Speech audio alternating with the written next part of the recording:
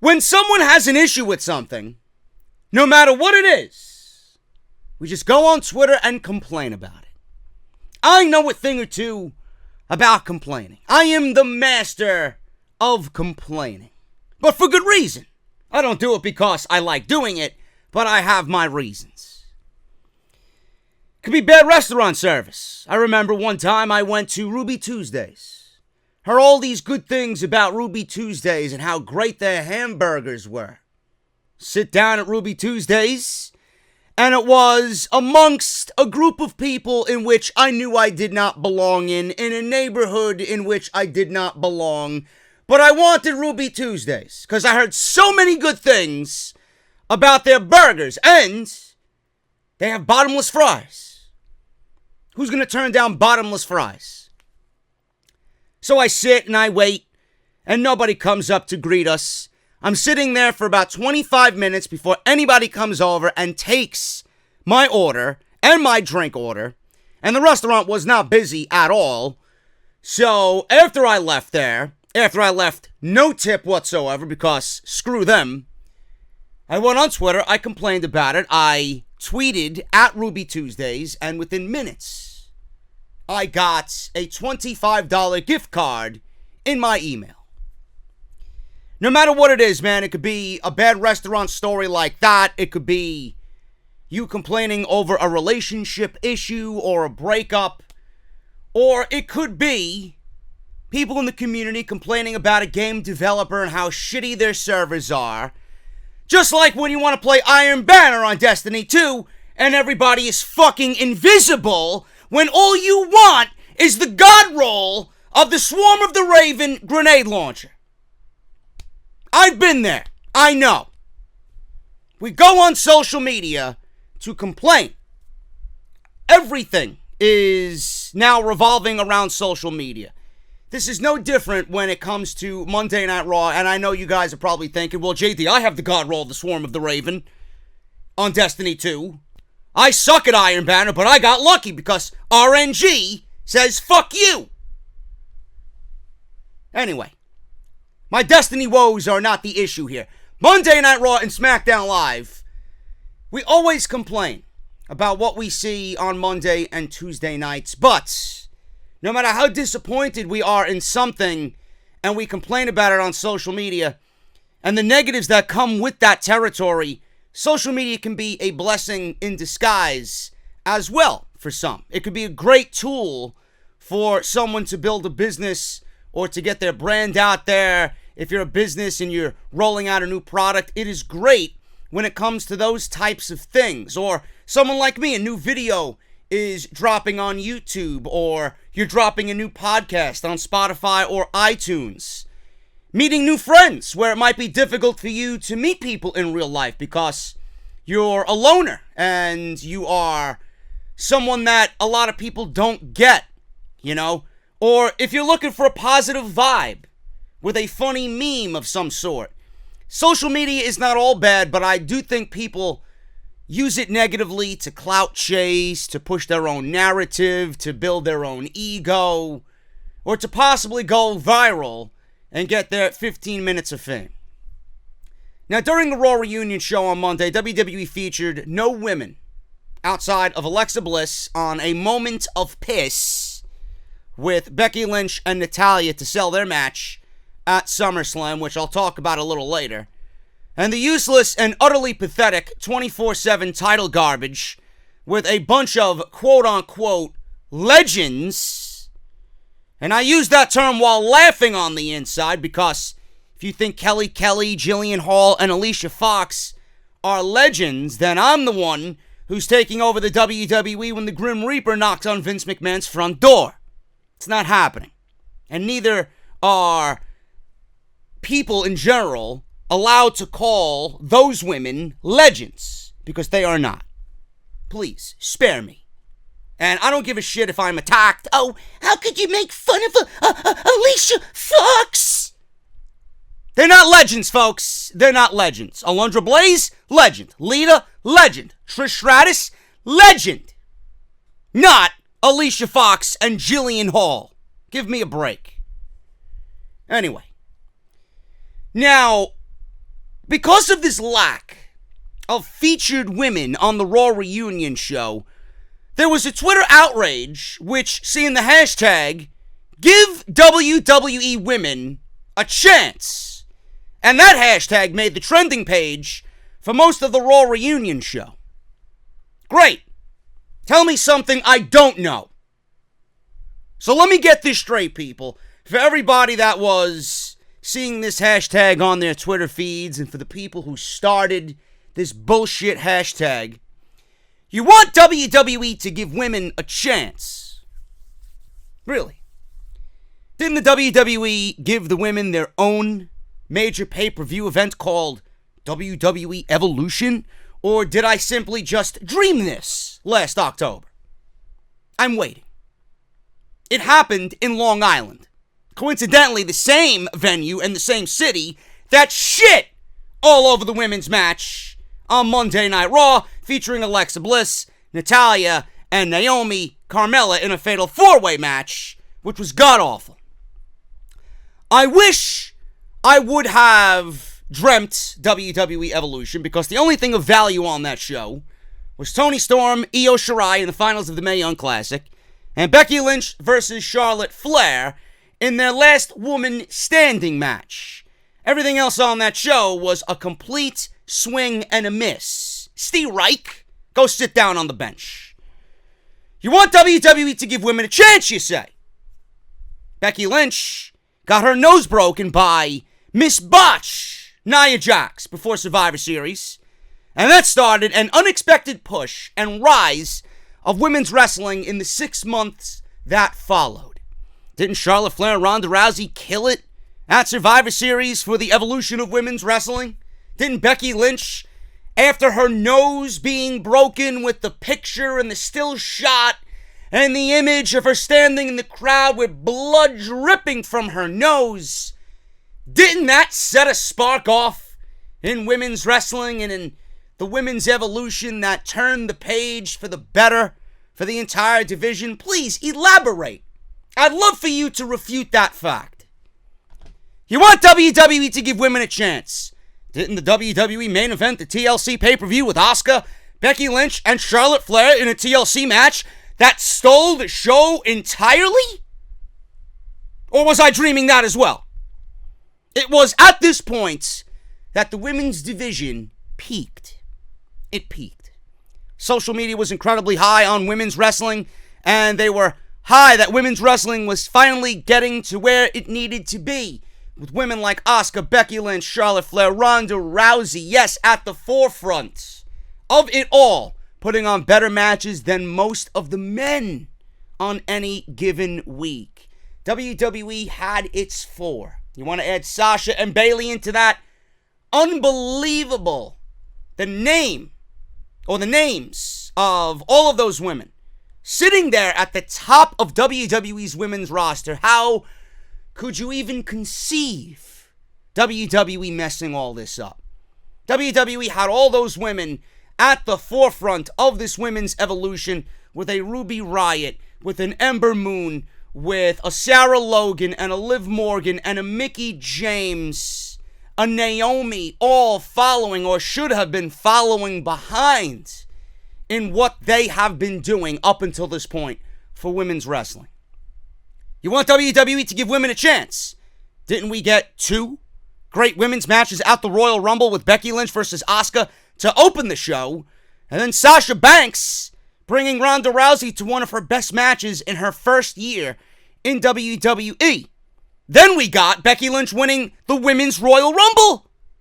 Speaking of that, didn't WWE give the women their own Royal Rumble? How about an entire tournament that takes place over 2 months every single year since it started, called the WWE Mae Young Classic? Oh, but I'm sure that slipped your mind as well, because WWE doesn't give women a chance.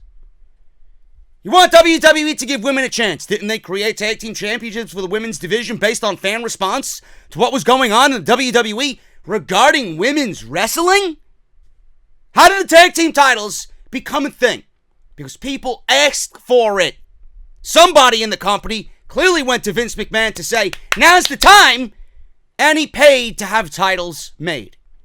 Becky Lynch, Charlotte Flair, and Ronda Rousey were in the main event of WrestleMania, the first time that WWE has ever done that in the history of World Wrestling Entertainment. It happened, and probably for the last time that is ever going to happen. No more women's main events at WrestleMania, because clearly they were pushing some sort of agenda, and then after WrestleMania, WWE said, we're going to go back to doing what we do best, and that is shitting all over women's wrestling. Last year, WWE held its first ever all-women's pay-per-view in Evolution, which we talked about just a little bit ago. But it has been widely reported that there are no plans to even replicate what was so successful and what was a positive in the WWE last year. They're not going to replicate the pay-per-view of Evolution. Now, Saudi Arabia has been the source of, I would say, misery and depression and outrage and anger in WWE. Not only with the people who are employed there, but with its fans as well. Bad show after bad show. Women are banned from competing on that show, which hasn't really helped WWE's appeal in that country or to help that country get to where they want to be. The next show, which right now is being reportedly set for November 1st, 2019, brings another problem to WWE, something that I don't see people talking about. SmackDown Live will be moving to Friday nights at the beginning of October, which means WWE holds these Saudi Arabian shows on Friday. SmackDown Live is now moving to Friday. WWE will be hosting both the Saudi Arabian pay-per-view and a live SmackDown taping on the same night, unless WWE pre-tapes SmackDown somewhere earlier in the week or the week prior, or preempts the show altogether. So there you go. Take the $500 million or whatever the fuck they're offering you and ruin not only women's wrestling and the perception of women's wrestling and create fan outrage, but also ruin your weekly television and pay-per-view schedules for the entire year. Sounds like a good deal to me. I hope the money is worth it. This has led to speculation in the Wrestling Observer newsletter and Dave Meltzer that WWE may hold an all-female SmackDown Live in hopes that it will appease some fans who are angry that women are unable to compete in Saudi Arabia. No, number one, because I am not having the women overtake a 2-hour show on Fox Sports because you want to push some agenda that you clearly don't want to fix in any way, shape, or form. So now we have to push the men to the side because you need to feature women on SmackDown Live and make it a 2-hour women's only show. Yeah, let me see the ratings for that one boost the show and the momentum of what SmackDown Live needs to be doing on Fox Sports. Give me a break. I am not pushing 98% of the other storylines that are happening, which are more important, I hope, at that point, on WWE television to just get women's matches on weekly television. Give me a break. I am not for that whatsoever. It's just another band-aid on another glaring issue within the company. Let's not do what we have to do, and we will appease everybody by putting on a lackluster show with absolutely no build. That's exactly what they're going to do with it. And then WWE is going to turn around and think internally, this is great shit. This is great shit. They're going to think this is great shit. There's been nothing to suggest that WWE will be holding another all-women's pay-per-view like they did with Evolution last year. So this may be the best the women's roster is going to get, unfortunately, in 2019.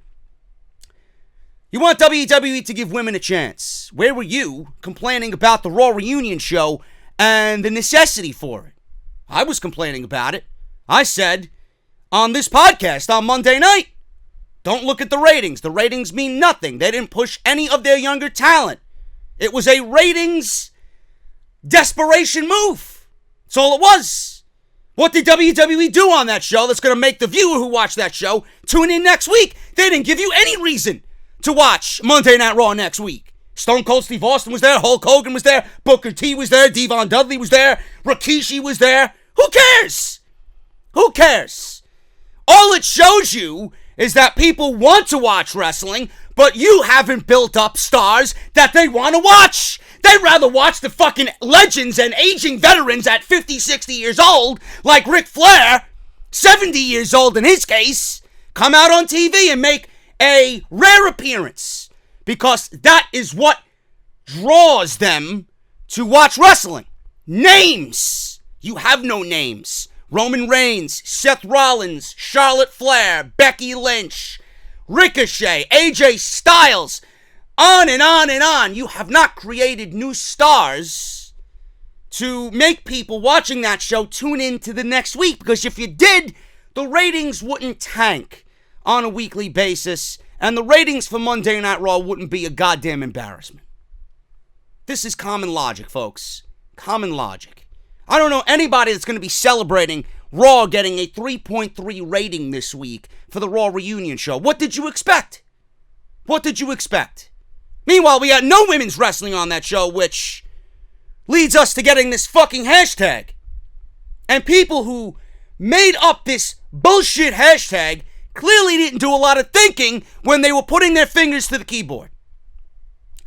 You want WWE to give women a chance. Where were you, like I just ranted on, complaining about the Raw reunion show and the necessity for it that provided us 37 seconds of women's wrestling in 5 hours between Raw and SmackDown. 37 seconds in the form of Charlotte Flair and Ember Moon. That is pathetic. Let that sink in, folks. On no planet in any galaxy should Charlotte Flair and Ember Moon be given less than 15 minutes. That is a pay-per-view championship match if I ever seen one. And WWE treats it as if, oh, the women are there, 37 seconds. That's all they deserve. Hashtags like give WWE women a chance are created by idiots who don't even know that they are alive and breathing, let alone watching a professional wrestling show on Monday and Tuesday night. Spare me the bullshit hashtags in hopes of going viral so you could be at the ice cream shop with your friends on Tuesday night bragging about how you got it started and you're on your way to 15 minutes of fame. Where are you tweeting along with me every week as we watch the horrors on Monday and Tuesday night on why blonde bimbo after blonde bimbo after blonde bimbo get pushed on WWE TV instead of the actual wrestlers on the roster? Why aren't you asking what happened to the division after Ronda Rousey left for Becky Lynch? You know, I don't understand this. Ronda Rousey left the division for Becky Lynch in the hands of Becky Lynch as the Raw Women's Champion. She was on her back at the end of WrestleMania, giving Becky Lynch that first loss on her record. Where are you all? Oh, Ronda's overrated. Ronda doesn't belong in the WWE. Ronda can't wrestle. Ronda's bad for the division. Ronda's bad for the division. When Ronda was there, the division seen heights like it never seen. Now when Ronda's not there, where's the division? It's right back to the Divas age, and right now it's one of the worst things on WWE television. I don't think that's by mere coincidence, folks. I don't think so whatsoever.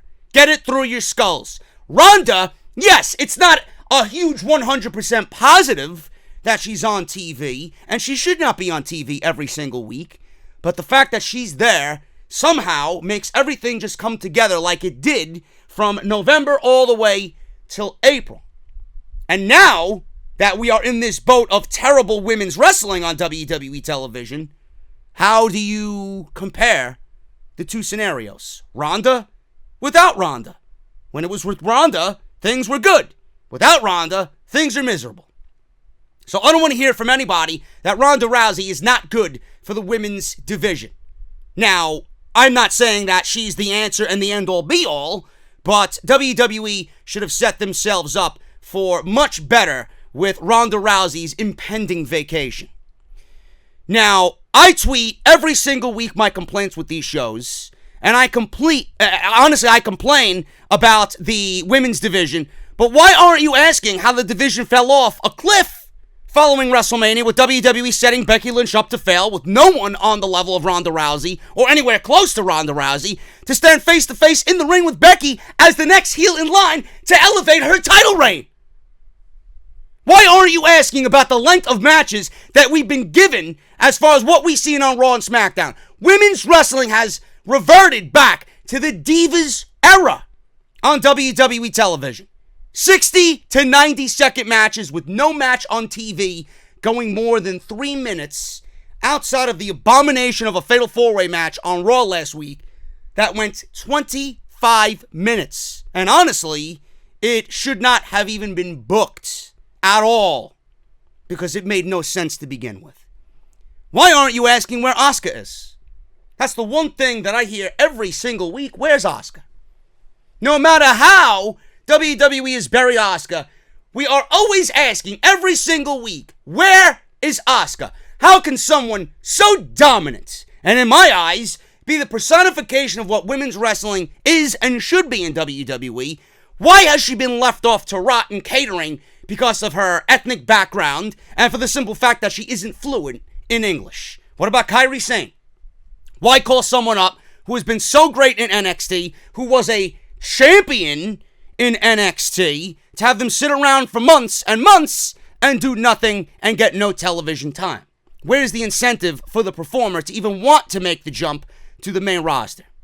I can guarantee you when that phone call is made or when that meeting is made with Triple H to said performer about, we're going to promote you to the main roster, I guarantee you 9 times out of 10, they are trembling with fear because they know what awaits them on the other side. Obscurity.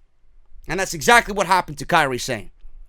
Why aren't you asking how worthless the WWE made the Women's Tag Team Championships? Why were they even created when they clearly were not set up to feature them on weekly television? And I stated this before the titles were even created, and I was proven right. They had no division to begin with. They couldn't even book their men's tag team division on Raw and SmackDown correctly. You expected them to book tag team wrestling for the women correctly? Give me a break. They had no division, random pairings of teams that took away from the overall division itself, and now they are nothing more than paperweights around the waists of 2 women who, if you called them wrestlers, I'd laugh directly in your face, with no regrets. Look at both divisions. How can you look at either division and be happy with what WWE has done here? Look at your SummerSlam main event. Why aren't you asking yourself this question? Everybody's praising, oh, it was a good promo. Oh, Natalya looked great. Why? Because she threw around the word bitch to Becky Lynch? Because she developed some sort of fucking attitude? What, was Stop and Shop out of the preferred cat food for Natalya? Now she's angry all of a sudden? Natalya's getting a title shot simply because SummerSlam is taking place in Toronto. That's it. Why would anybody watching these shows with a brain care about Natalya in a title match?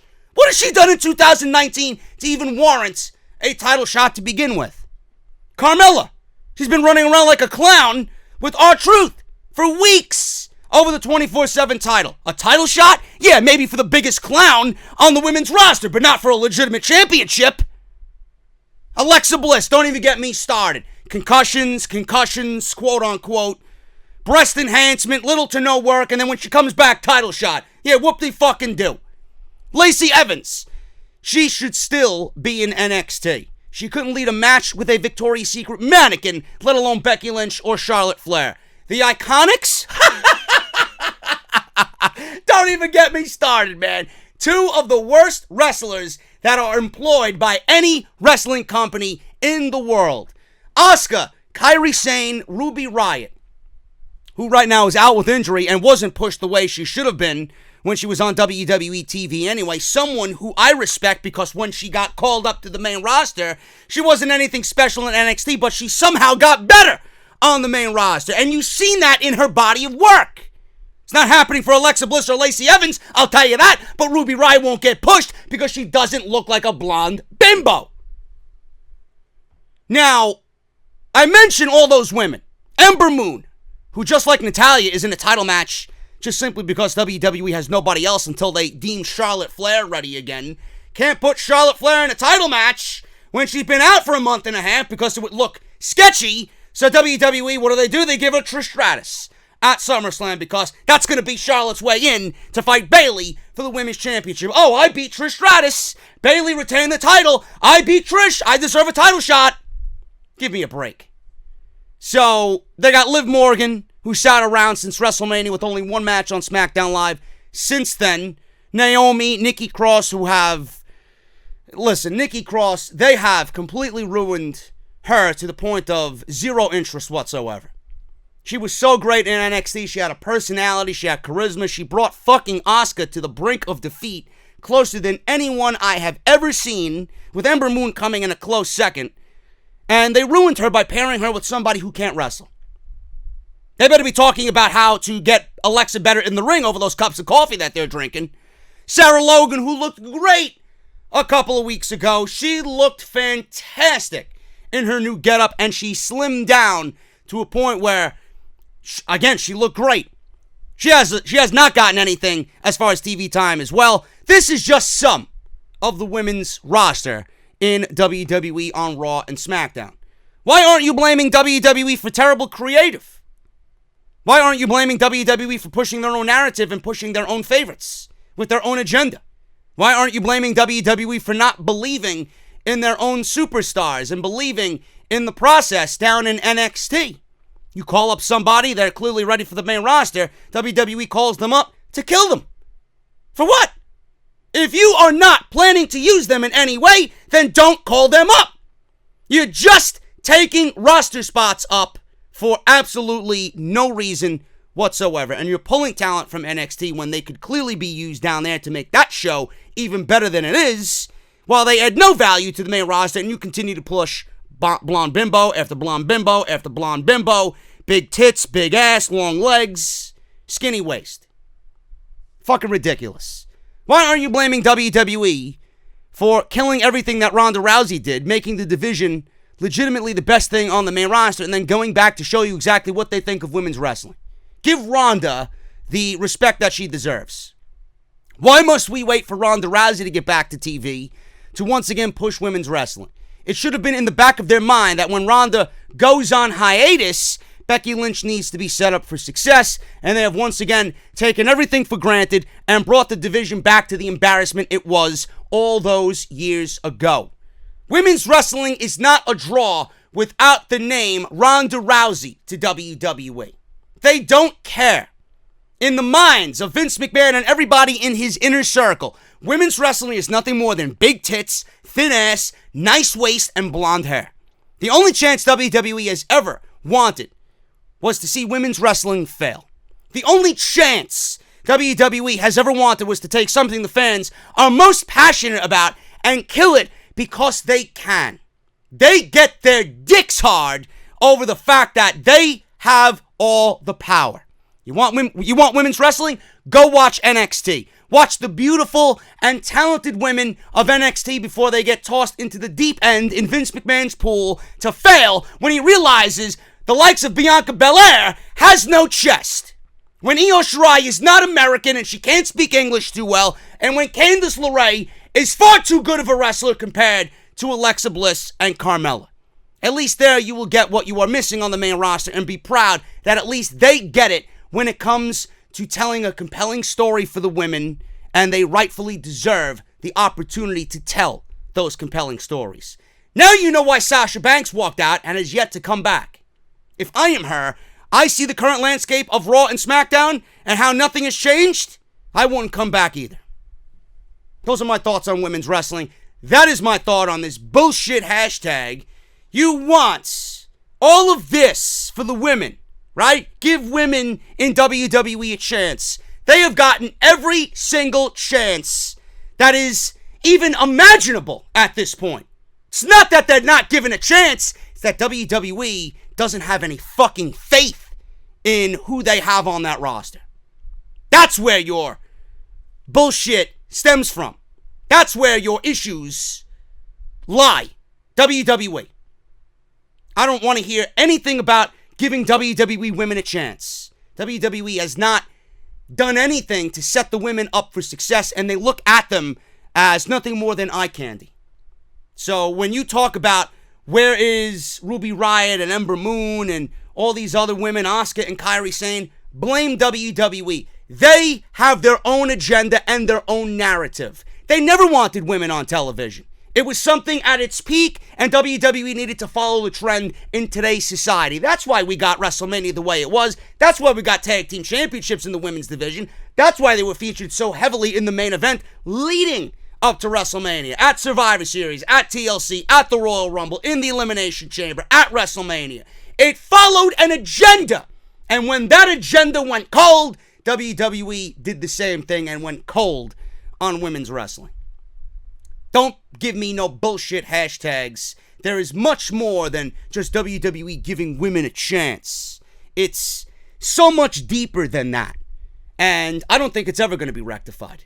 If you want your women's wrestling, NXT is delivering the women's wrestling that Raw and SmackDown should have been doing for many, many, many years. This is Off the Script, episode 284. We got a lot to go over, including the arrest of Jimmy Uso, CM Punk. Was he offered an AEW deal? I'm not sure what he's on, but he threw Tony Khan under the bus in an interview with ESPN. And Vince McMahon, more bullshit lies at their quarterly financial call with shareholders. We'll go over what happened there and what he said about AEW. Don't go anywhere. I'll hit the intro, and I'll be right back right here on Off the Script.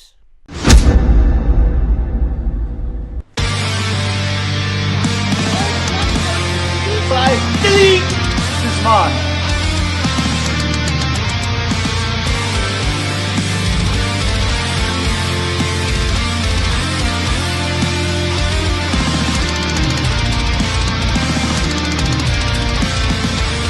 Alive with it. People still didn't.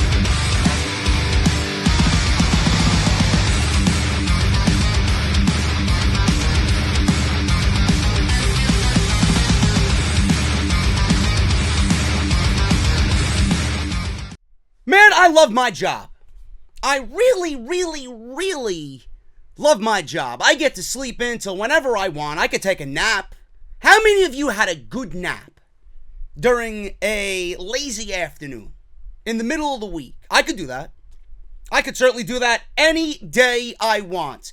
I talk about pro wrestling every single day. My job is to watch pro wrestling. I put in enough man hours to watch pro wrestling to where I am right now at a point where I can analyze it like a professional. I know what's good. I know what's bad. I'm now part of creative with House of Glory. I have developed a reputation in this community that is wanted by a lot, and people are envious of me. And I know, being on social media and putting myself out there, I'm open to criticism, which I don't really give a shit about. Some days, honestly, it does get to you because it just comes at you at all angles. But I love when I trigger people so much that they reach out to me via my business email and they want to express their displeasure with Jerry, the man behind Off the Script. Folks, I want to read you this before we get into anything, because I swear on my grandfather's grave that I'm recording this. I just recorded the intro. It is Thursday afternoon at 3:32 p.m. And I go to look at my email because I've been in discussion with a new sponsor, hopefully to, get them aboard on the show, and I can't wait to announce who that is. I look at my email and I'm going back and forth as far as correspondence with this new sponsor. And this legitimately comes in as soon as I hit record. And I'm like, I have to put this on the show. I have to put this on the show. This comes from Stella. Now, I knew there was something wrong with Stella. Shitty beer and a fucking idiot in my email. Goes hand in hand. Listen to this. I think you're too wrapped up. I think you're too wrapped up in the pro wrestling world, and you need to step out of that bubble and realize there are more important things going on, and there's a reality and a world that exists outside of wrestling.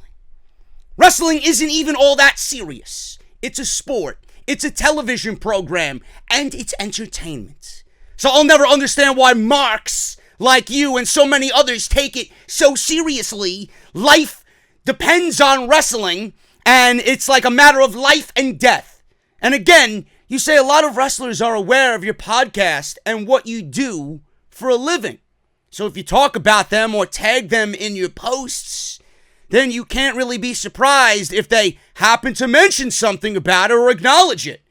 And a wrestler 100% has every right to respond back and fire at you and defend themselves or block you, especially when you're the one starting with them, insulting them and spreading lies, rumors, and gossip about them on your podcast. They don't need to put up with your garbage or even see it just because they're famous and in a much higher profile than you. Like I said before, I'm surprised none of them have sued your ass for character defamation. For the record, these people don't have to vanity search themselves or even go digging to look for these things. It's called the internet, where everything is out in the open. Nothing is private or secure. Anything can be found. Yeah, you know how the internet works, right? And again, let's go back to Alexa Bliss. So there you go. There you go. This is a disgruntled Alexa Bliss fan.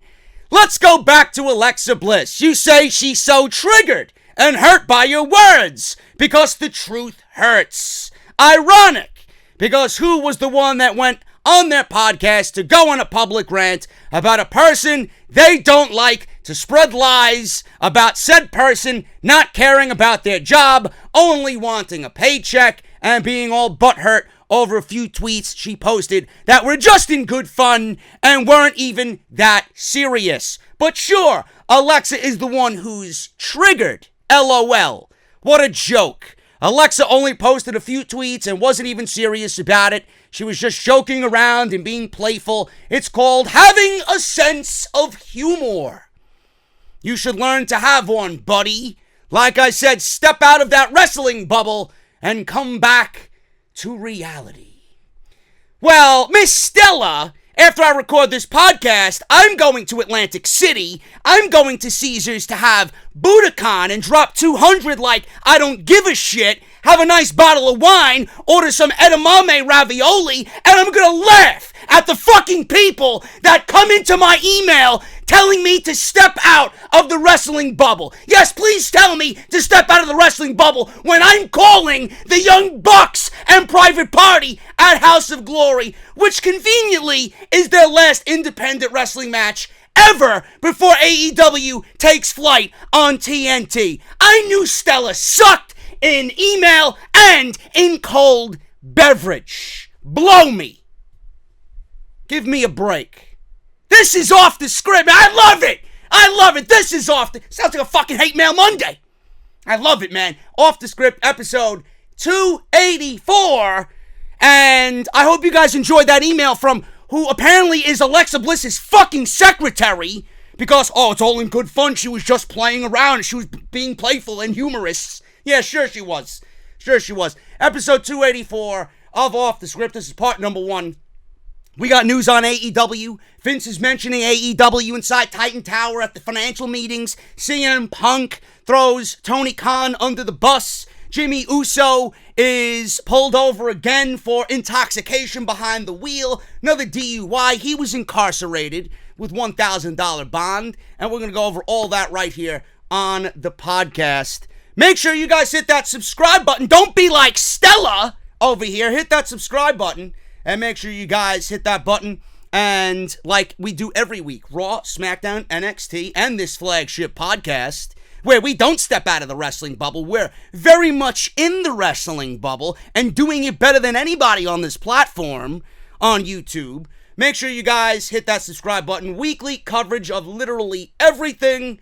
And when AEW goes to TNT in October, we'll be all over that weekly as well.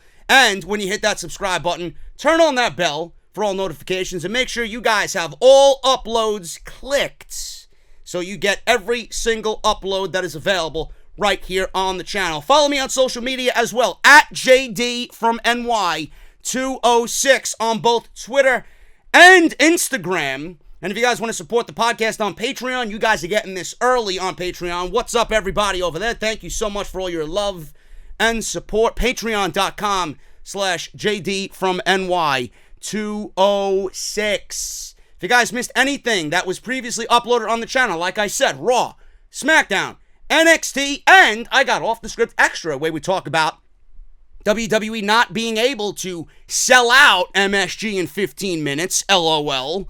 They wanted to so badly to brag about it on social media because they are not the leaders anymore, folks. They are following everybody else who right now is much more, I would say, in people's mouths.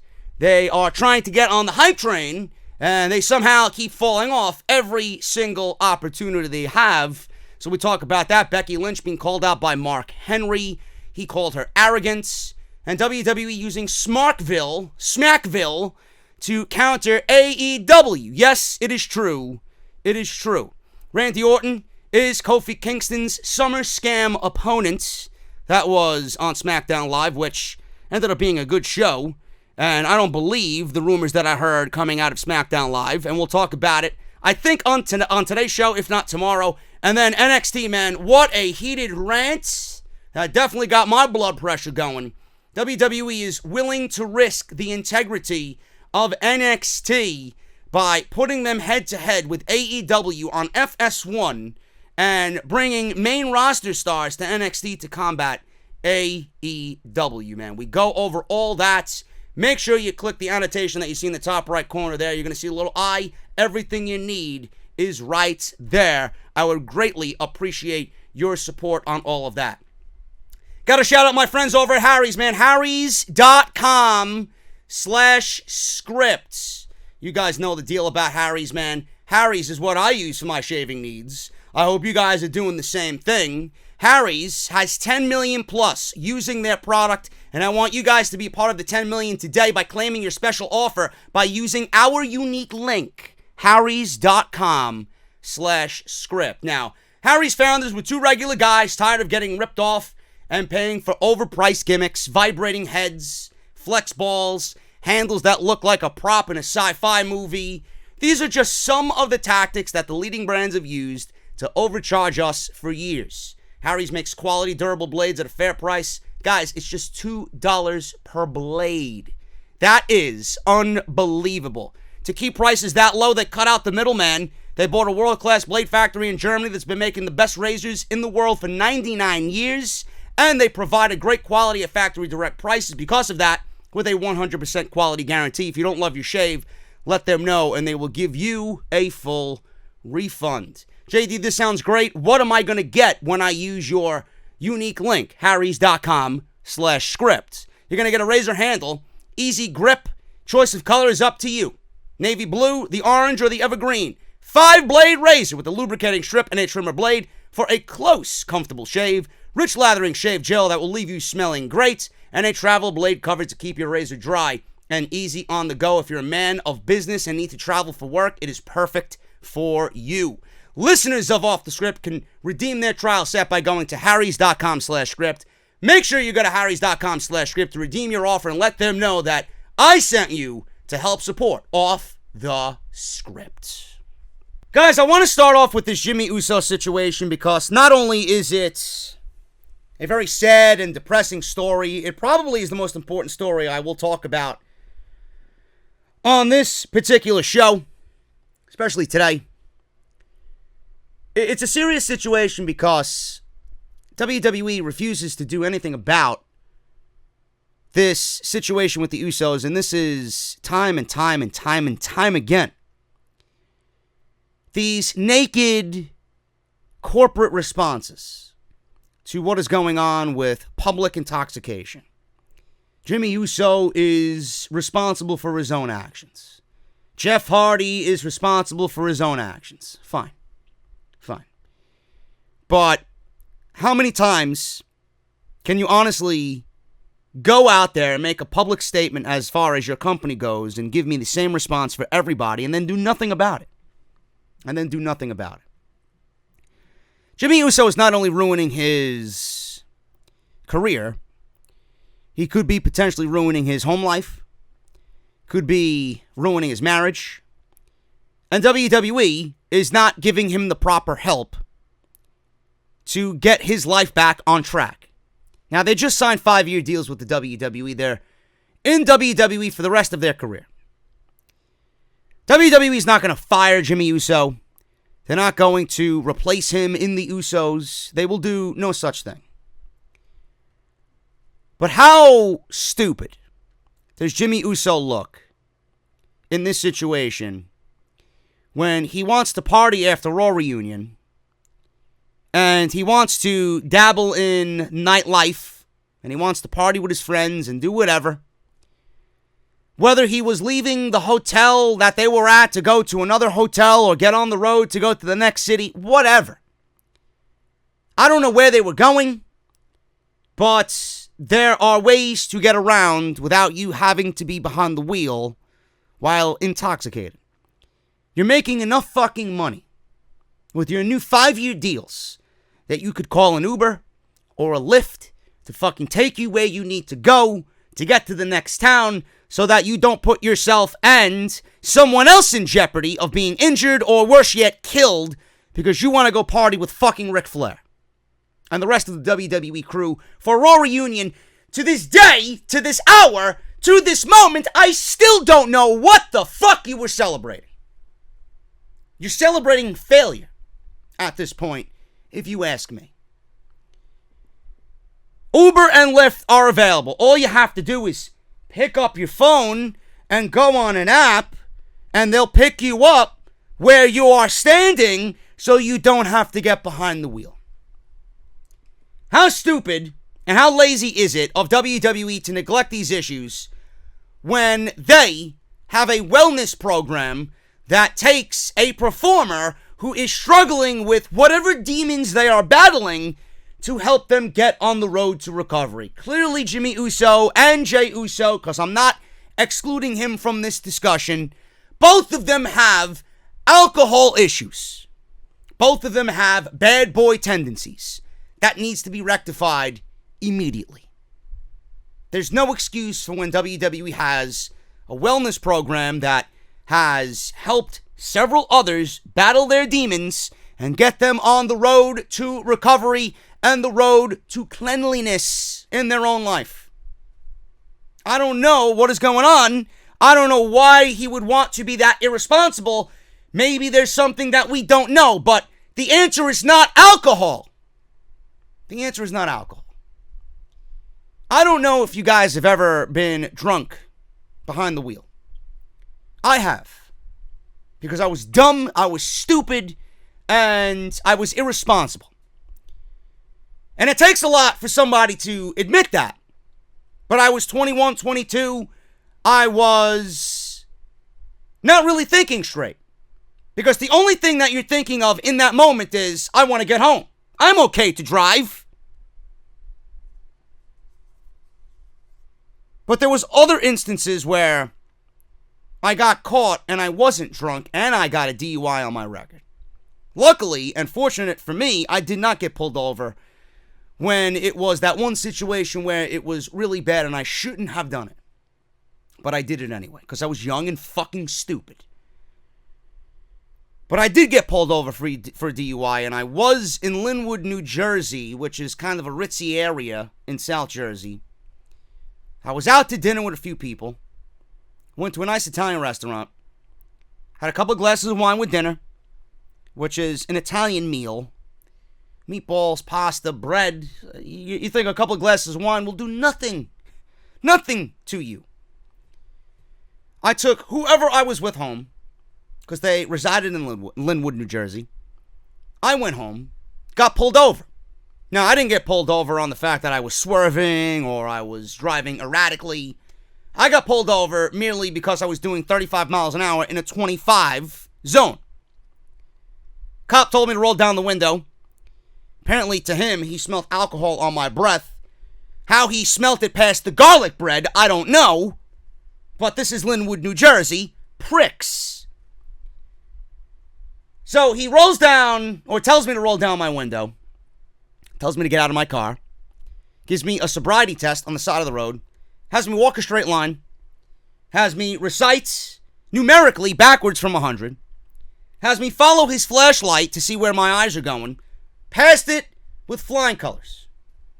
He takes me in. Car gets impounded.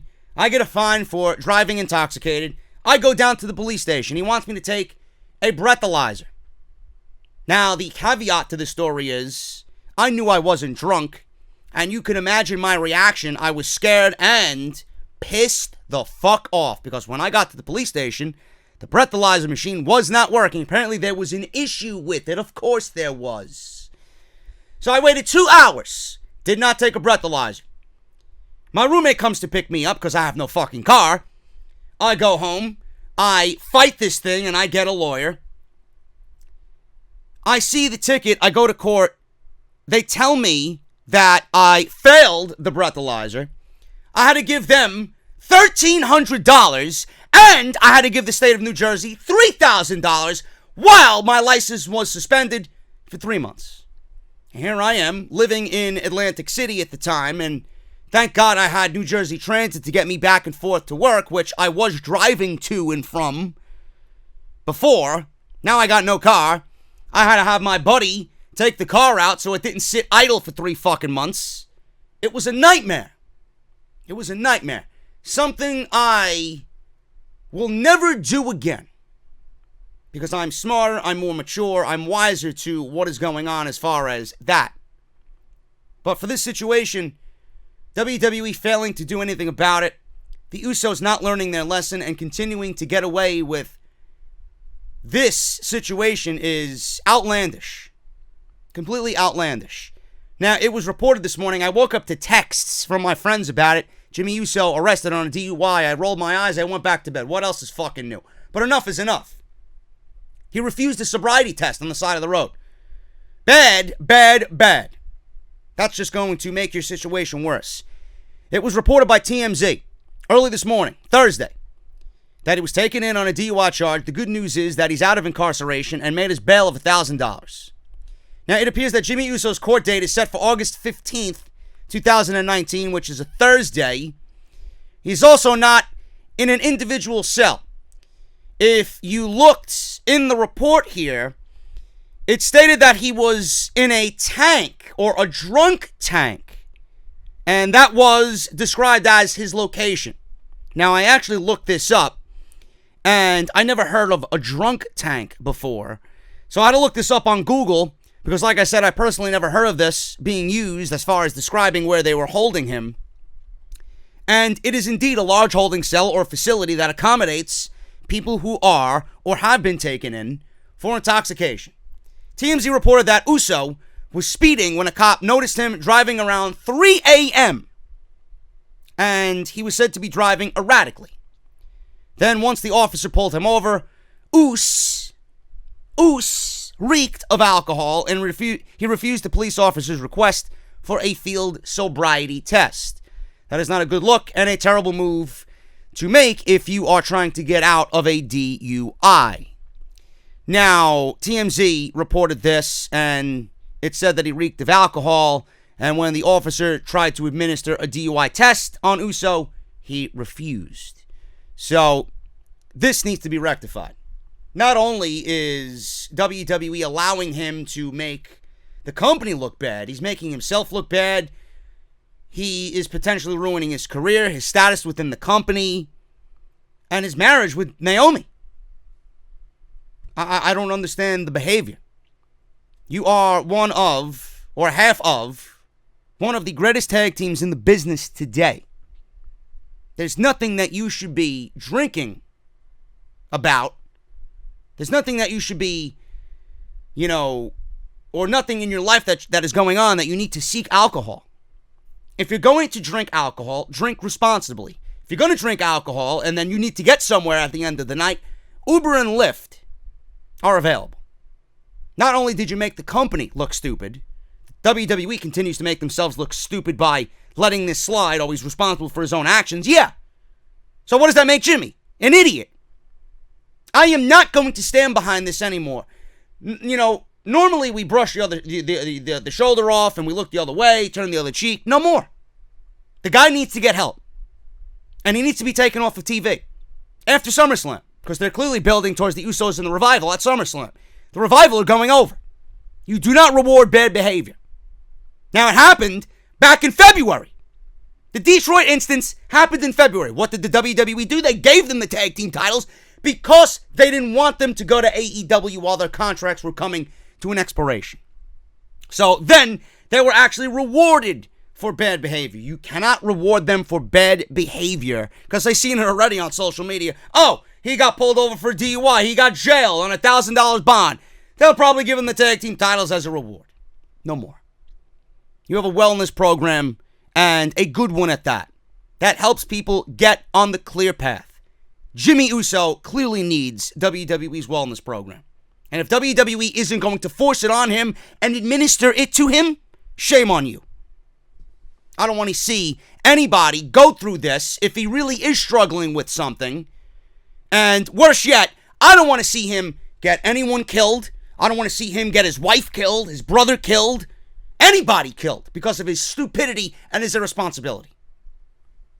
Moving on. Get him help and stop with the bullshit.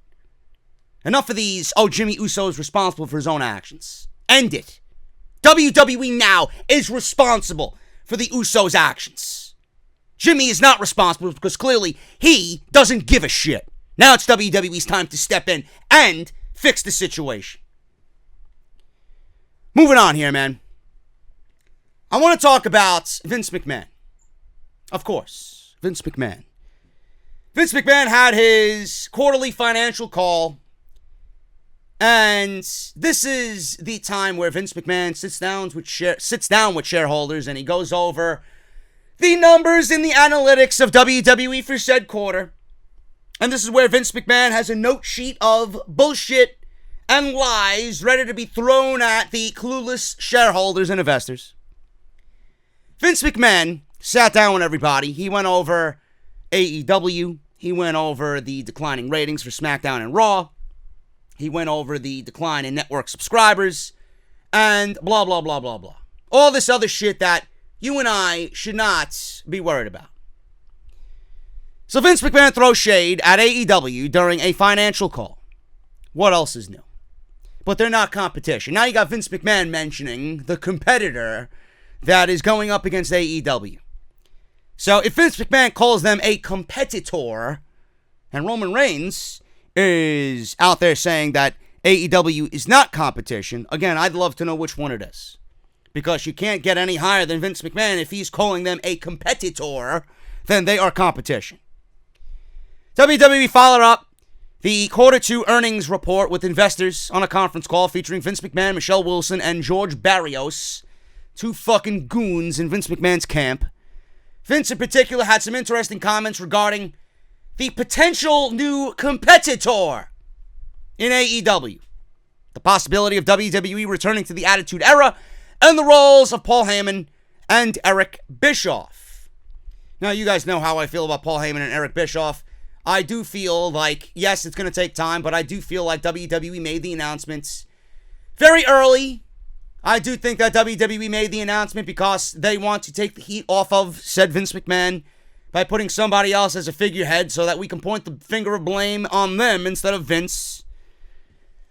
McMahon heavily touted the hires of Heyman and Bischoff, who were not named by name on this call. There was no instance in which Vince mentioned Paul Heyman or Eric Bischoff to the investors. Nothing was said about their names, but he did note that they have extensive backgrounds in the business and putting over their organizational skills and how they work with talent and their writing abilities. McMahon said that they would both have a lot of latitude, which would prevent him, Vince, from getting in the weeds, and that it would no longer be one man's vision. Sure, I'd love to see this happen. I know you guys are just as skeptical as I am, so right now I'm calling bullshit. oh man. Man, my allergies are kicking up. Bullshit. Now, Vince credited the pair for WWE definitely turning the corner. With regards to improved storylines, which in the call he called good ones, there hasn't been a good storyline on the main roster in God knows how long. The best storyline in WWE has come from NXT, and that is the story of Johnny Gargano and the fairy tale ending of him winning the world title. And with Adam Cole, Aleister Black, and Tommaso Ciampa all playing pivotal roles. That's the best storyline. There has not been a good one, Vince, on the main roster in God knows how long, probably dating back to Daniel Bryan winning the WWE Championship at WrestleMania 30. Now, he also referred to their hires, these nameless fools, as a relaunch of sorts for the WWE product. Now, these are interesting comments, especially given that Bischoff has not been involved in the creative process on SmackDown yet, at least according to reports. The Wrap reported that Vince McMahon said the WWE will be getting a little edgier, but they will not be treading anywhere near the previous Attitude Era, and WWE does plan on taking things to another level, but they don't want to get too raunchy, and they will not get too raunchy. He says this, and I quote, "We just haven't come anywhere close, actually, to going to another level. There will be something we do in terms of a direction of content, more controversy, better storylines, etc. But at the same time, we're not going to go back and quote the Attitude Era, and we're not going to do blood and guts and things of that nature, such as being done on perhaps a new competitor." End quote. Now, clearly, Vince McMahon is referencing AEW with that second part where a new competitor is doing that, which is fine. I don't want blood and violence on weekly television anyway. I just want good weekly television that makes sense and gets me excited to watch the next week, instead of having a feeling of dread for 3 hours every Monday and a feeling of dread every Tuesday for 2 hours. Now, Tony Khan said it himself during the Double or Nothing press conference after the show was over. That is the show that featured Cody Rhodes and Dustin Rhodes and that huge bloodbath. Dustin Rhodes just spewing blood everywhere. And Tony Khan mentioned that AEW will not be doing that type of thing on weekly television with TNT. And he mentioned it again after the Moxley-Janela match at Fyter Fest, where he said the same thing. In fact, he stated that they have ideas for a pay-per-view around that type of gimmick or gimmicks, and we will only see them push that certain envelope on pay-per-view, not on TNT. So Vince making comments like that when he really doesn't know what was said or the full story is telling me that AEW is on his mind, and they have him slightly triggered by not really doing much of anything right now until TNT. You got All Out and you got TNT on October 3rd or October 2nd, whatever. So they haven't done much of anything. But he is worried about what AEW is doing with blood and guts. We don't want to go back to that route. We're going to push the envelope for us controversy and storylines. Enough of telling me you're going to do it. You have the resources now to do it. This is a conference call for a quarterly financial meeting that happened in between WrestleMania and what is happening now. You've done nothing in terms of getting the product better. You go through the motions every single week and you produce quality fucking television.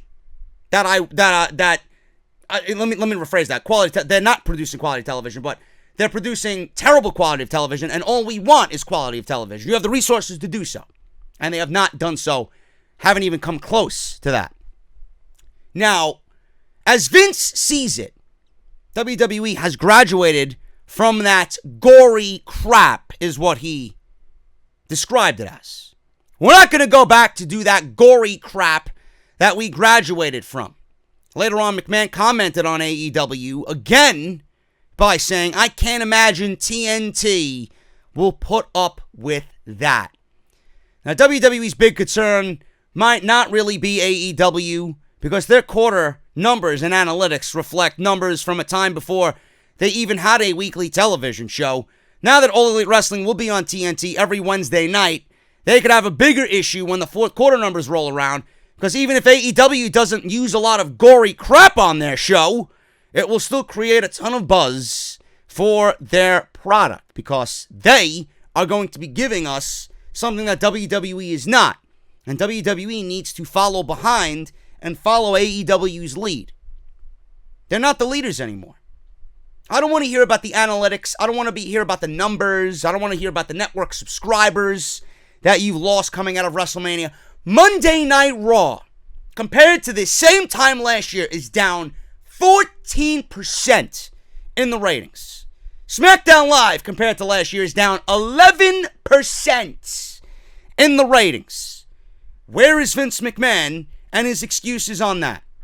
Why isn't anybody questioning what the fuck they're doing on television? Don't you think that if the ratings were up 14%, that everything else would follow right behind it?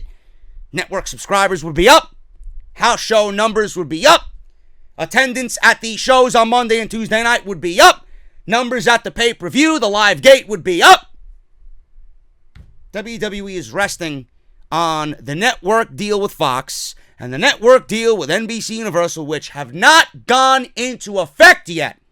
They're resting their laurels on the Saudi Arabia deal, which they get paid for, I'm assuming, after every show. They're not going to get that money in one lump sum. WWE is going to get paid $50 million, $60 million, whatever the fucking million they made for that show after the show airs and the show is completed. So at the end of the year, when WWE has all these numbers and all these different sources of revenue coming into their bank account, they're going to have an up year, but the people who are on social media claiming, oh, WWE is up, blah, blah, blah, blah, blah, where would they be without Fox?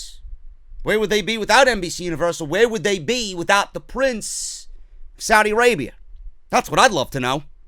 What would be their excuse then? Their stock wouldn't be at $70 a share. The stock would be at fucking $10 a share, probably lower than that, where it was when it first started. Enough of the excuses. The reason why everything is down in WWE is because of their fucking shows. A direct influence of the product that they're putting on. If they put on a great product, then the shows and everything else would be better, and the analytics and the quarterly meetings would be better. I've said it for years. You put on a show like NXT on WWE Raw and SmackDown Live, and I guarantee you, you're not going to see it overnight, but you will have people coming to watch the shows. People would come and they would be excited to see what WWE does on a weekly basis. Nobody's getting excited about Becky Lynch and Seth Rollins and their Saved by the Bell fucking Zach Morris, Kelly Kapowski romance. Nobody gives a shit. This is not WWE catering to a fucking 12-year-old's, birthday party. Give me a break. This is a legit sport. Yes, it's a sport, clown. It is competition between men and women, and we want it to be in the direction of serious. I don't want to feel insulted while watching your show. I don't want to feel stupid for watching your show. I don't want to feel embarrassed where I can't even fucking tell my dad I watch this shit anymore. It's gotten to a point where my dad laughs at me that I still watch this shit. He watches just to laugh at me watching the show.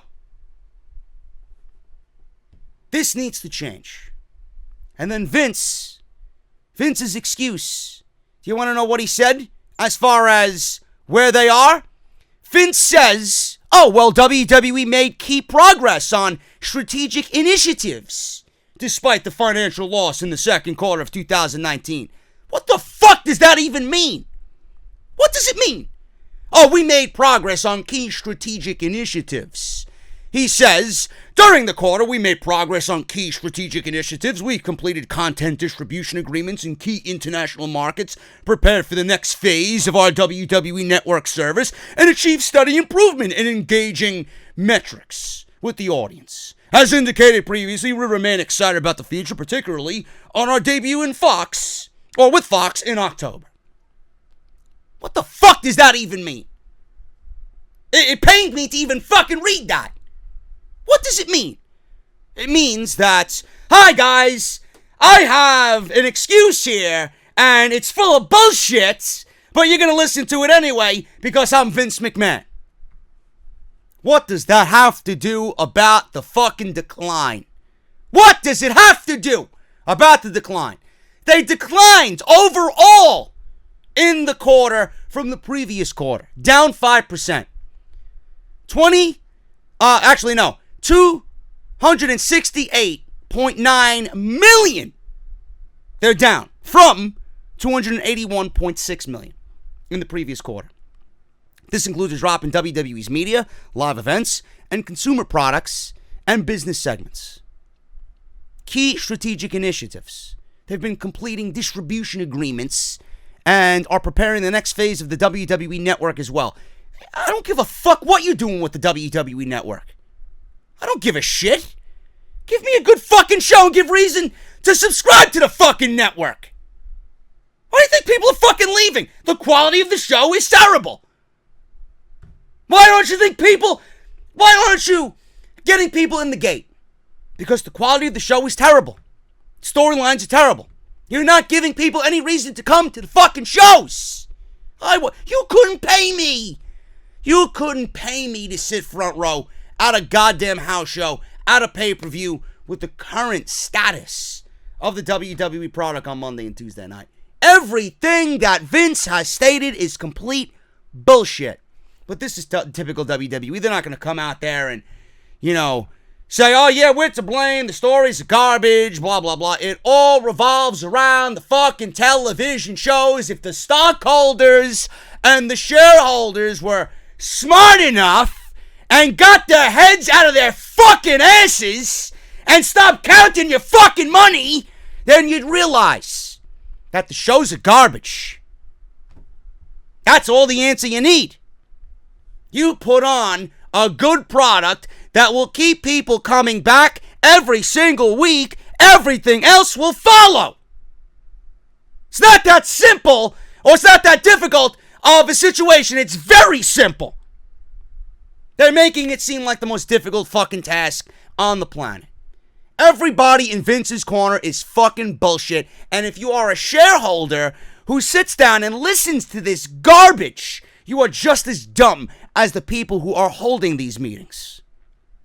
No reason why WWE should be in the position that they're in when they have the greatest collection of talent that this company has ever fucking seen. Enough. I am tired of the excuses. There is no more excuses. Paul Heyman and Eric Bischoff were named as executive directors of Raw and SmackDown respectfully. Get them to a point where Vince is not meddling in the weeds anymore. I am tired of it. Raw Reunion was a fucking embarrassment. Everything else that WWE did previously to that for the last 3 weeks has been an embarrassment.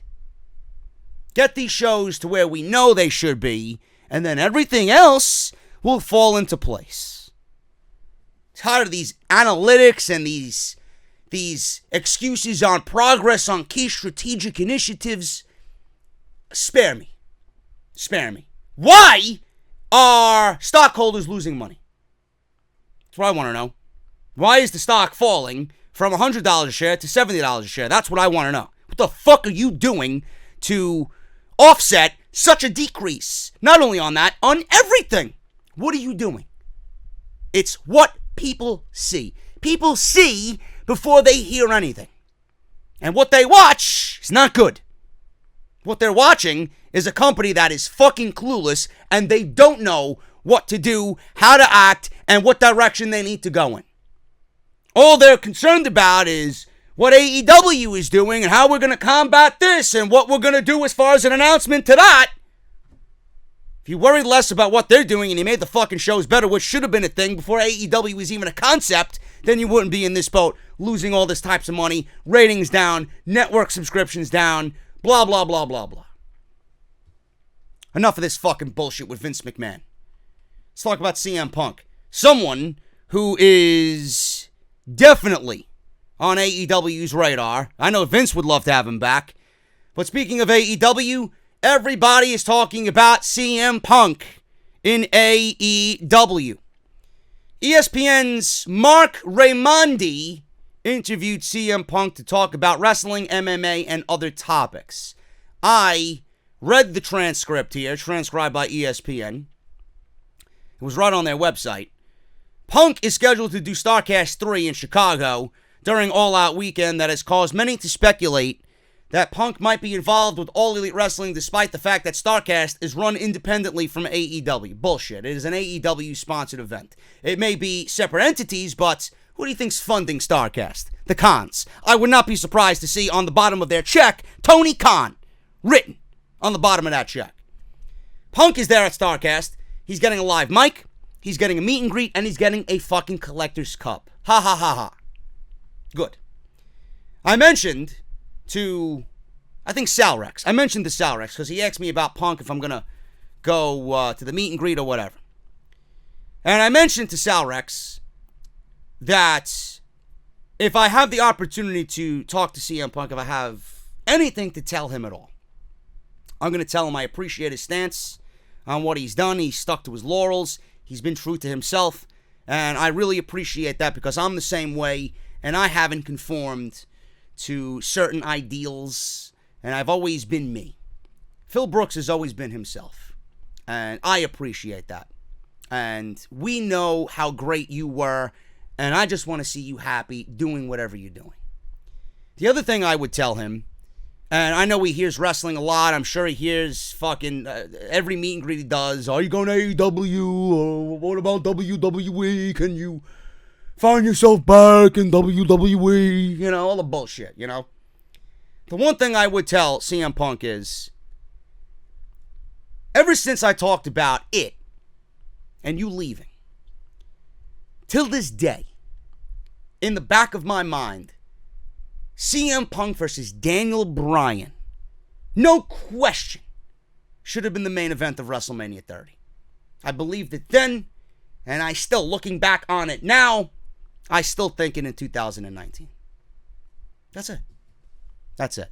Hopefully I get an opportunity to meet him, shake his hand. I'll be there. I'll be at StarCast. I'll be with the media team. So hopefully I get the opportunity to do that. Now, Punk noted during this ESPN interview with Mark Raimondi that he had opportunities to do appearances and he turns most of them down, but the biggest reason why he decided to do StarCast is that it's happening in his hometown and he will be able to go home and rest afterwards. Everybody's jumping to conclusions here. Pro Wrestling Tees is in bed with AEW. It's pretty much the home of AEW. CM Punk last year, during All In, was doing a meet and greet at the Pro Wrestling Tees shop, which was unbelievable. I seen pictures of it. I wasn't there. I wasn't wanting to be amongst the crowd and the craziness that is that store with CM Punk there, but he was there in Chicago. It was a sponsored event for AEW. And he has his own shop on Pro Wrestling Tees, so it goes hand in hand. Make some money there, meet some people, go home. Nobody mentioned him. Well, they did, but it wasn't as big as it is today. They mentioned him being there, but it wasn't as big as the rumors are today in regards to All Out. Now, Punk was asked if there was a relationship with AEW, and he says this, and I quote, "No, I know they like to talk about me a lot. If I text Matt Jackson, hey, have a great show tonight," which I did when they had their big show in Vegas, that somehow turns into Tony Khan telling people he has a great relationship with me. I've said it in the past, I've talked to them, but nothing ever came of anything. End quote. Now Punk went on, if there's an expectation from some fans, that he will be at All Out. And he says this, I quote, "I think if there's an expectation, it's purely built by them. My silence to fans means something. They're trying to read the tea leaves, but there's nothing to read. I even feel like I'm talking about it now, and I may end up putting out some sort of negative slant on it. But I'm really not. The fact is, I know they've teased me in nauseam. And if anybody is going to get mad at me, it's because I don't show up. Well then, I don't know what to tell you. That's one of those things, and that's none of my business." End quote. Raimondi followed up and asked what he meant when he said people in AEW have teased him. Punk says this, and I quote, "They do videos where they talk about me. They're constantly talking about me in the media, and again, maybe this sounds like I'm badgering them, but I'm not. It's just something that happens. I'm a popular guy to talk about. But I'm not doing interviews talking about them. If people ask me about it, I say no. I won't be there." End quote. He made it clear that there's nothing imminent with AEW. And Punk said, the last thing I got was a text from Cody. And again, I almost don't even know how to reply to them sometimes. Because if I reply, they do interviews and are like, oh yeah, I just talked to Punk. I'm kind of in a situation where I'm damned if I do and damned if I don't. I always think if somebody wants to do business with me, they can come talk to me. Texting offers isn't really a way to do good business, at least. End quote. Punk then said he received an offer from the Khans and Cody and the Bucks via text through 3 people about a month ago. He said he thinks if it was a general offer, and added that he could never have appeared at Double or Nothing back in May because he was in California doing commentary for Cage Fury Fighting Championships. But he feels like if they really want him, then they'll come out and meet him and sit him down and talk like he's a real fucking person and not over text. You know, negotiate with him face to face. Punk also talked about his commentary work with Cage Fury Fighting Championships, his training at Root for Sport, his status on UFC, and if he will fight again, and if he wants to transition into doing commentary full-time for MMA. You guys can go on ESPN and listen, well not listen, but read the whole article regarding CM Punk. Listen, if CM Punk, and I mentioned this already, if CM Punk is going to show up at All Out, he's going to show up at All Out. If he wants to be there, he will be there. Nobody should badger him if he's going to be there or not. Now, with the announcement that he's going to be at StarCast, it means one of 2 things. 1, he's going to StarCast and he's going home after the fact. Or 2, the Bucks and Cody and Omega and Tony are all in this, and Punk is in on this, and they're downplaying this completely. Where he does StarCast, and it's actually a situation where they're trying to fan the flames. Like they're trying to troll the fans. Well, he's happened to be at StarCast, and then he's going home. As if he's at StarCast, he's not showing up to not Double Nothing, but All Out. He's happening to be at StarCast, and he's going to show up at All Out, and he's going to show up at All Out anyway. So it's more of, let's quiet the rumors down now and then pull the big surprise out later. Because I could see them doing that as well. That's something that I would do and think of if I'm in that same mindset. It is easy for them to get away with Punk showing up at StarCast and then ushering him out. I'm going home. Then he shows up at the Allstate Arena, or the Sears Center rather. Shows up at the Sears Center, and then he's at All Out anyway. But if Punk is not there at StarCast, and he's photographed going into the Sears Center, and there's rumors about him being backstage, then it's going to drive people fucking crazy. So I feel like the Bucks are kind of in a situation where they themselves are damned if I do, damned if I don't. And they're taking this route where they're putting Punk in the public spotlight to get him out there. And he may end up showing up at the show anyway. Because it's easier if he's there and he is ushered out after StarCast. People aren't going to wonder. Oh, he showed up for StarCast, he's going home, he's going to spend time with his wife, he's going out to dinner, he's going to relax at home, watch the show on pay-per-view. That's the way I see it.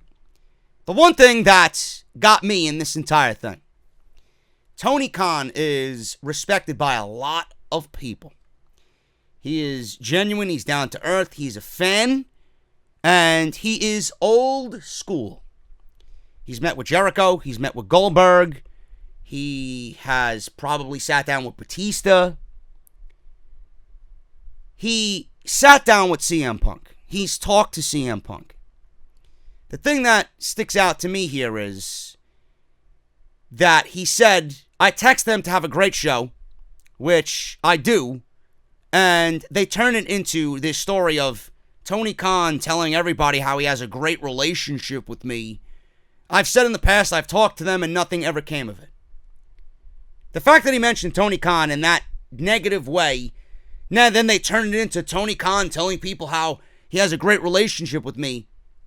I want to hang on to that one line and say, that's all the proof I need to know that CM Punk is going to be at All Out.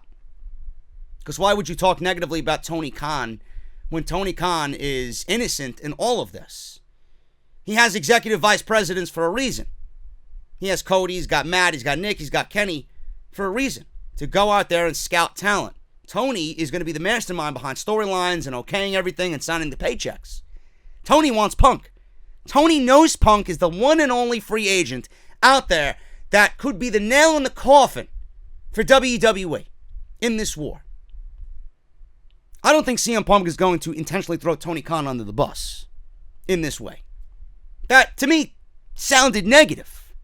Like, who the fuck is Tony Khan? He doesn't have a good relationship with me. Bullshit. Punk has talked to Tony Khan on 1, 2, 3 occasions. I'm sure they're in communication. Why would Tony Khan lie? I'm sure Tony Khan sat down everybody that he was going to throw his money at and got to know them on a personal level.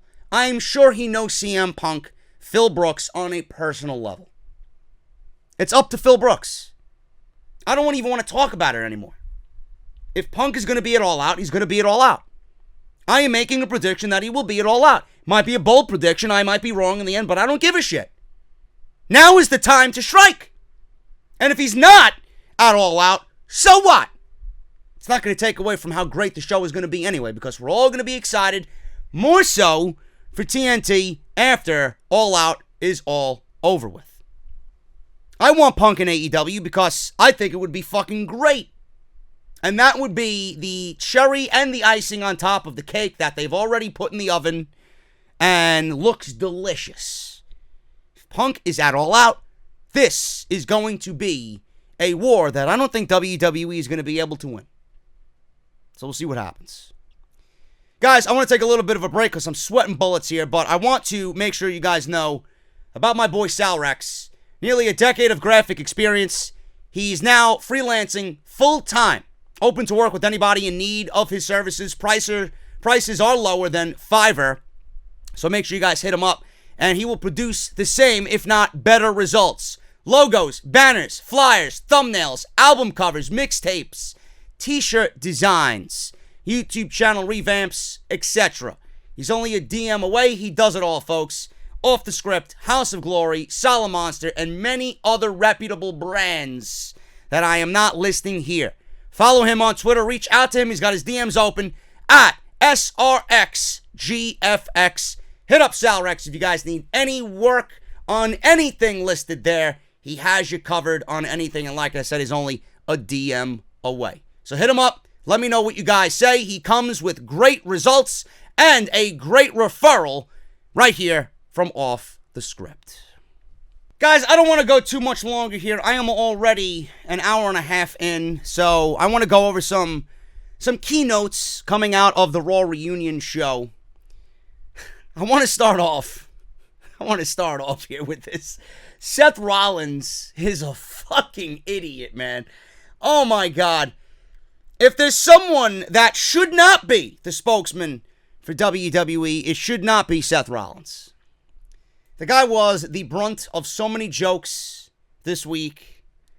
And you can add another thing that he said to the list of stupidity that has already accumulated as far as Seth Rollins goes.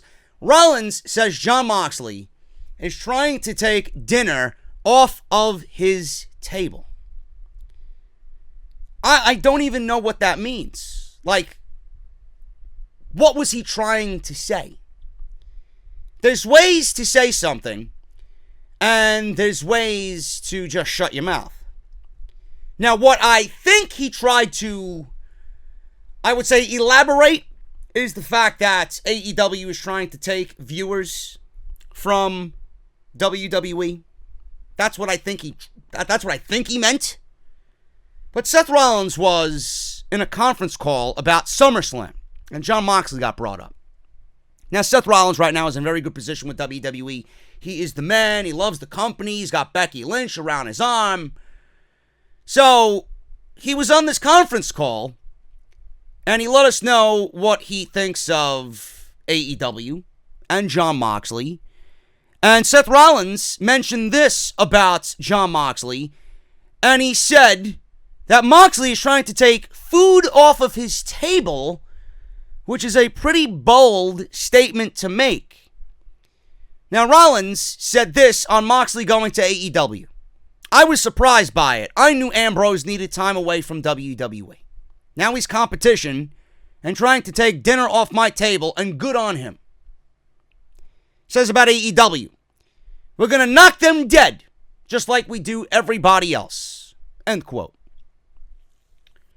Two things here, folks. Number one, Rollins is an idiot. Number two, we have Rollins out here talking about how AEW is taking, or Jon Moxley is taking, dinner off of his table. Is it me, or is AEW actually raising the pay scale for all of your superstars in WWE? You could probably thank AEW for getting raises for Mojo Rawley and Jinder Mahal, the Club, AJ Styles, the Usos, and everybody else that is a free agent. Braun Strowman just signed a new 4-year deal. And everybody else that is currently coming under an expiration of a WWE contract. On what fucking planet would Jinder Mahal make 5 years worth X amount of money to stay with the WWE? Why would you give Jinder Mahal 5 years, period, to stay with the WWE? So is it Jon Moxley and AEW taking dinner off of your table and the WWE's table? And everybody employed there? Or are they actually increasing the pay scale where you could say, fuck dinner, and go out and buy your own fucking restaurant? Which is it, Seth? Are you that fucking stupid? Because by the looks of it, you should not be publicly speaking for the WWE. And again, I have to ask. Roman Reigns, your buddy Roman Reigns said it wasn't competition. Your buddy Roman Reigns said it wasn't competition. Nobody is competition to WWE. What did he mean by that?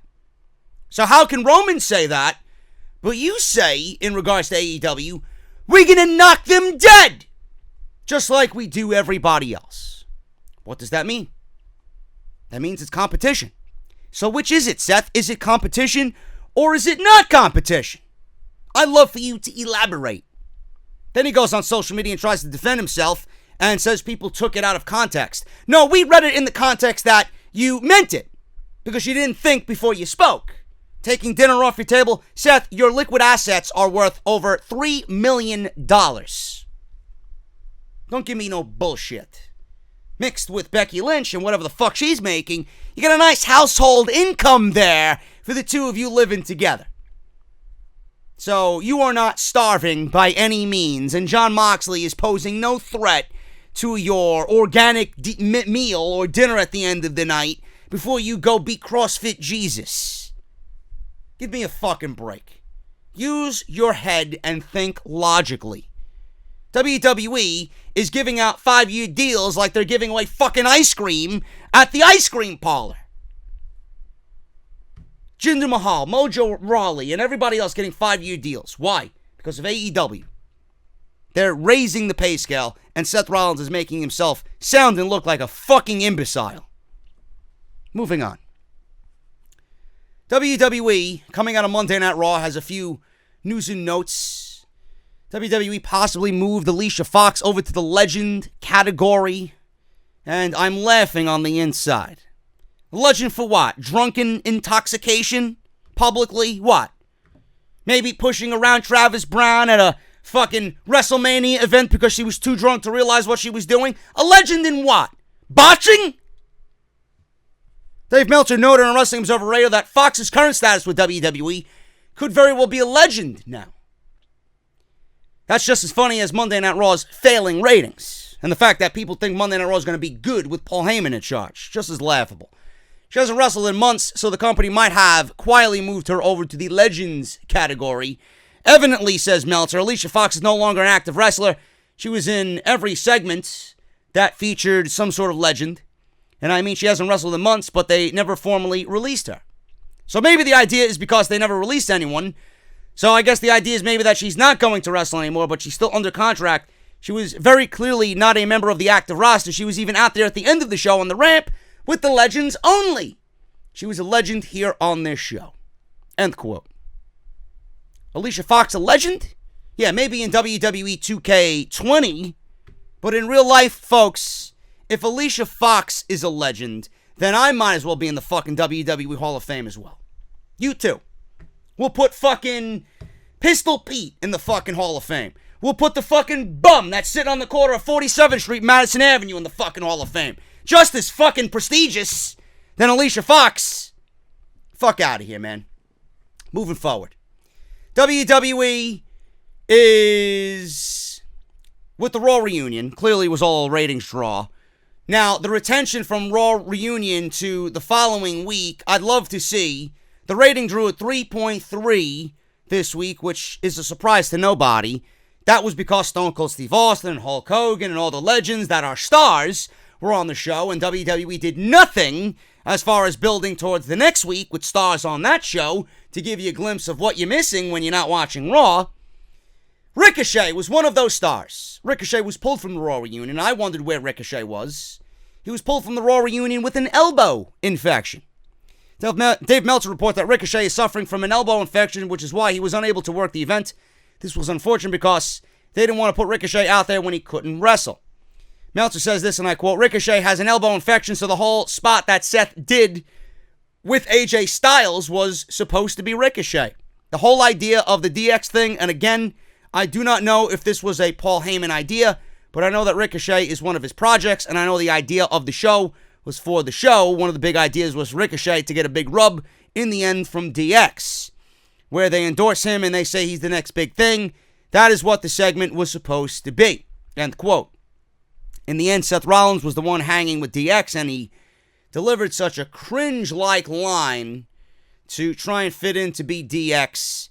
Sucks that Ricochet missed the show, but the overall show sucked anyway, and I don't think people are going to go back and watch it regardless. So Ricochet was probably better off not being on the show. So Ricochet missed the show because of an elbow infection, if you were wondering where he was. So hopefully he heals up quick so WWE can put him in a major SummerSlam match between AJ Styles or the Club or the OC or whatever the fuck they're calling them nowadays. Sounds like a fucking reality TV show on MTV. The OC. Am I going to see Lauren Conrad come out of a fucking limousine with palm trees in the background? The OC. I think it sounds great. I think it's better than the fucking Club. Like I mentioned, the best way for me to put it, the Club is a failure. So there's no better way to start fresh than with a new name. But it sounds like you're watching a fucking episode of The Hills. The OC. Yeah, I'm going to the OC with Lauren, and we're going to sit down and have some fucking mimosas. Jesus Christ. Anyway. Someone who was also not at the Raw reunion was Sid Vicious. Now, Wrestling Observer Radio noted, Dave Meltzer specifically noted, that Sid was supposed to be on the show, but he informed WWE a few days before the reunion that he wouldn't be making the show. Says, and I quote, Sid Vicious actually pulled out several days ago, but you know how that goes. They just kept advertising him anyway. People think Sid no-showed. That was not the case. Sid did not make the show, and he told WWE he would not be able to, for whatever reason. It's none of our business. At least he notified them several days in advance. For those wondering where Psycho Sid was on Raw Reunion. John Cena was out the door after his segment was over on Raw Reunion. He was there with his girlfriend. They were making acquaintances. PW Insider know that John Cena didn't stay long after a segment was over. Typically, superstars stay until the end of the show, but there was obviously a special exception for Cena made that night. He lives in the area, so he probably went home. One name who wasn't there at the end was John Cena, which makes me think he showed up to do his segment and then he went home and was out the door after his segment was over, says Mike Johnson of PW Insider. So there you go. John Cena was not there at the end of the show. For those wondering where Cena was at the end of the Raw reunion when Stone Cold toasted everybody at the end of the show.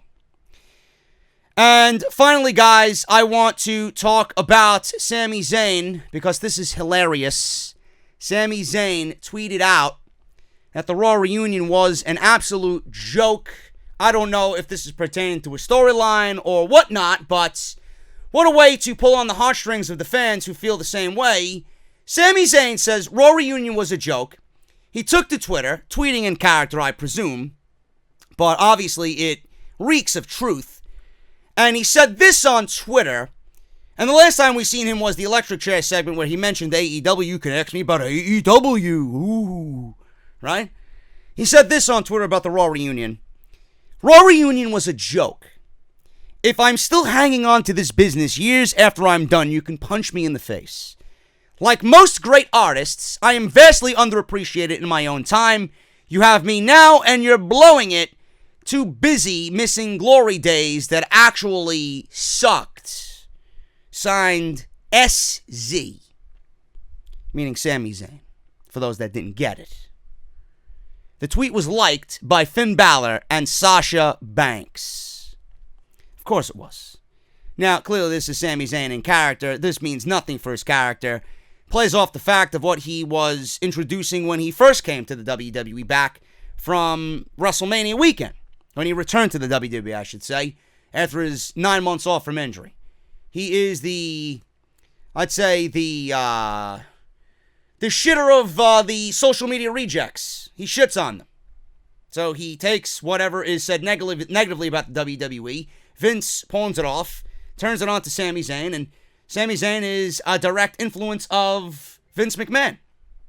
That's what it is. It was liked by Finn Balor and Sasha Banks because it was so true that you cannot just sit there and not like it.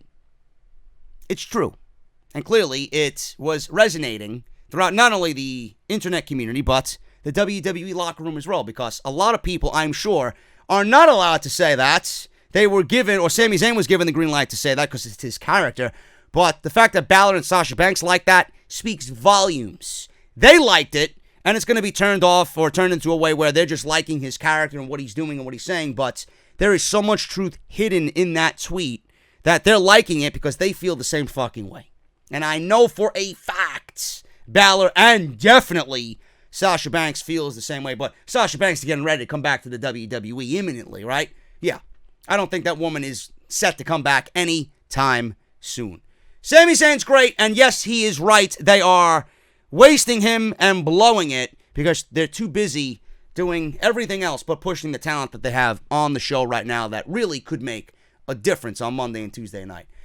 Guys, I'm getting out of here. I am sweating my ass off, and I'm going to make myself something to eat, and I'm glad that you guys enjoyed Off the Script, or at least I hope you did, enjoyed Off the Script. If you enjoyed it, please hit that thumbs up.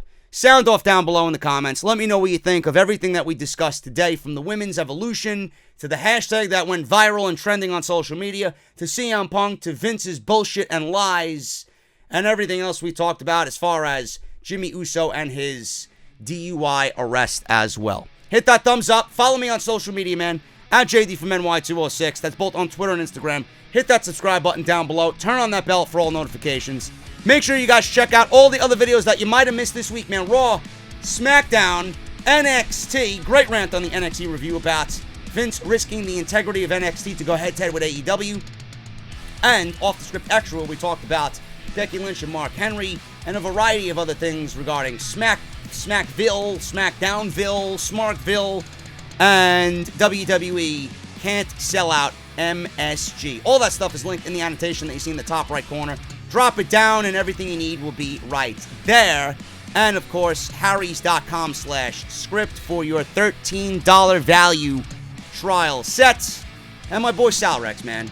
Make sure you hit him up if you guys need any work as far as logos, banners, flyers, thumbnails, album covers, mixtapes.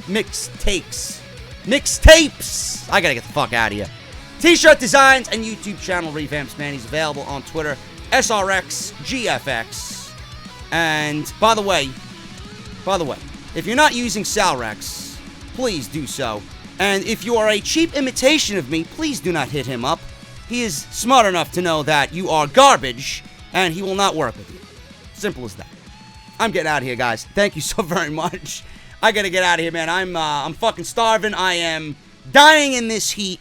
And again, hit that thumbs up, and I'll see you guys right back here on Saturday afternoon with more Off the Script right here on episode 284. I'll see you guys later.